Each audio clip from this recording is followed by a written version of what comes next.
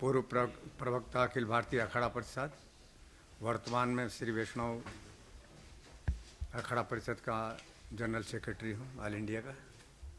और आज जो विश्व सनातन महापीठ के विषय में हमने प्रेस की, उसका उद्देश्य यही है कि हिंदू जगत को, सनातन जगत को हम एक सशक्त, मजबूत, जो हम में हमारी उदारता के कारण, हमारी दयालुता के कारण, हमारे विनम्र स्वभाव के कारण जो हम में बहुत सारी कमजोरियां आने लगी थी, उन कमजोरियों को चाहे वो रोजगार के माध्यम से हो, चाहे वो शिक्षा के माध्यम से हो, चाहे वो टेक्निकल कला के माध्यम से हो, चाहे वो अपनी प्राचीन रोजगार पद्धति के माध्यम से हो।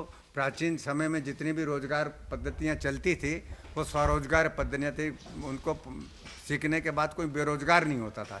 लेकिन लॉर्ड मैकाले की जब से शिक्षा आई तो ये एक बेरोजगारी समस्या उत्पन्न हो गई है, तो वो भी इसके माध्यम से हम दूर करना चाहते हैं।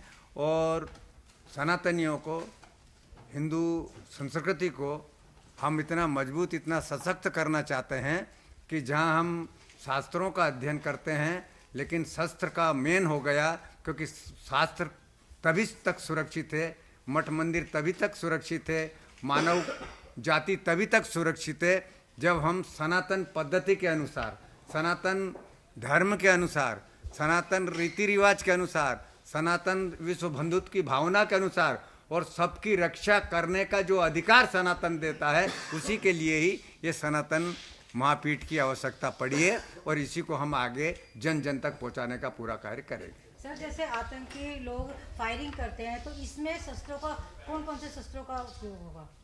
नहीं, देखिए, अब हम आतंकी, इसके लिए जितने आतंकी लोग हैं उनके लिए हमारी सरकार सक्षम है। आपने सर्जिकल स्ट्राइक देखी थी, उन्होंने करी है। लेकिन हम जो उन जिहादियों के लिए जो समाज में विचारधारा के नाम से एक जहर बोते हैं और सर तन से जुदा करने की बात कहते हैं, ऐसे लोगों का मुकाबला कैसे किया जाए, ऐसे मतलब समशक तैयार करेंगे ताकि वो एक समाज के लिए नहीं है। अगर उसमें किसी भी समाज का हो तो उसकी रक्षा करना का धर्म हम सनातनियों का है।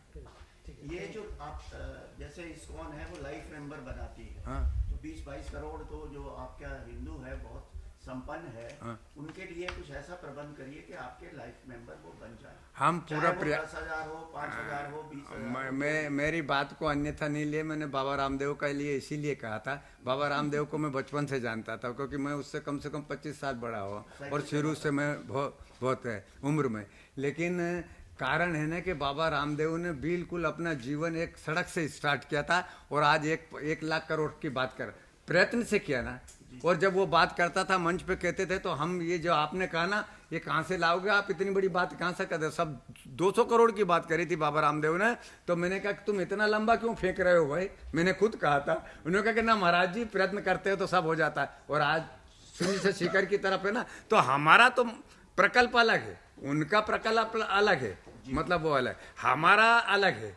हमारे और उसमें जमीन आसमान का अंतर है। और हमारे लिए वो 20-22 करोड़ लोग हैं जो हमारी फसल है। अगर हम सही संदेश उनको देंगे तो वो हमें 1% नहीं 101% पूरा सहयोग करेंगे। और आप 100 एकड़ की नहीं बल्कि वो 1000 एकड़ में भी बन सकता है।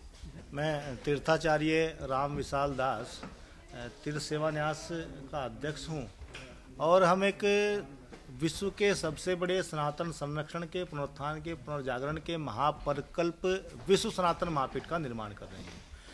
विश्व सनातन महापीठ के अंदर बहुत सारे प्रकल्प हैं, लेकिन उसके अंदर जो सबसे महत्वपूर्ण है वह है दुनिया का पहला सनातन संसद भवन। सनातन संसद भवन के अंदर सनातन धर्म के सभी अलग अलग मत, पंथ, संप्रदाय, विचार, मान्यताएं, उन सब के संत महापुरुष उसके सांसद होंगे, सांसद बनेंगे और वहाँ बैठ कर के सनातन के लिए वह सब वहाँ चिंतन करेंगे, मंथन करेंगे और सनातन के संकट पर चर्चा करेंगे, सनातन के भविष्य पर चर्चा करेंगे और जो वहाँ पर निष्कर्ष निकलेगा उसको धर्मादेश के रूप में पूरी दुनिया के सनातनियों के सामने प्रस्तुत करेंगे। तो ये धर्मादेश जो है सब अलग अलग मतपथ संप्रदाय के साधु संत, आचार्य, धर्माचार्य, महामंडलेश्वर, आचार्य, महामंडलेश्वर आदि सबके द्वारा पारित हुआ करेंगे तो इसकी स्वीकार्यता और मान्यता पूरे विश्व के सनातनियों के बीच में रहेगी।